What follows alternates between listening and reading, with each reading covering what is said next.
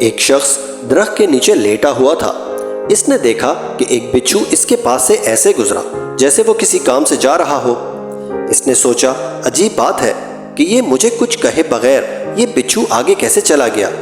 اس نے بچھو کا پیچھا کرنا شروع کر دیا۔ آگے گیا تو دریا آ گیا۔ بچھو دریا کے کنارے آگے ایسے کھڑا ہو گیا جیسے وہ کسی کا انتظار کر رہا ہو۔ تھوڑی دیر بعد ایک پانی میں تیرتا ہوا پتا آیا اور اس کے پاس آ کر رک گیا۔ بچھو اس پر سوار ہوا اور پتا آگے چل پڑا۔ اس شخص نے چھلانگ لگائی اور بچھو کے پیچھے پیچھے تیرنے لگا۔ بچھو دریا کے دوسرے کنارے پر پہنچ گیا۔ جب بچھو دریا کے دوسرے کنارے پر پہنچا تو وہ شخص یہ دیکھ کر حیران رہ گیا کہ وہ پتا رکا، بچھو اتر گیا، وہ شخص بھی کنارے پر آ گیا تھا۔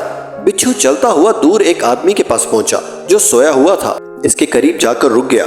دوسری طرف سانپ آ رہا تھا۔ جیسے ہی سانپ سوتے ہوئے شخص کو ڈسنے لگا تو بچھو نے اس سانپ کو ڈس دیا۔ وہ سانپ مر گیا اور بچھو آگے چلا گیا۔ وہ شخص جو بچھو کے پیچھے پیچھے یہاں تک پہنچا تھا، اس نے سوتے ہوئے آدمی کے پاؤں پکڑ لیے۔ وہ جاگ گیا تو اسے کہنے لگا، آپ تو بہت بڑے بزرگ ہیں۔ اس نے پوچھا، کیوں، کیا ہوا؟ اس نے اسے سارا واقعہ سنایا۔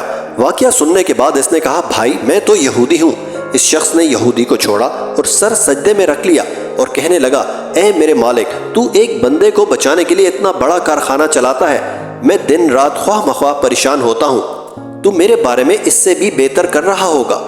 اگر ہماری آنکھیں کھول دی جائیں کہ اللہ ہمارے ساتھ کیا معاملہ کر رہا ہے اور کہاں کہاں سے ہماری مدد کر رہا ہے، تو ہم کبھی سر سجدے سے بھی نہ اٹھائیں۔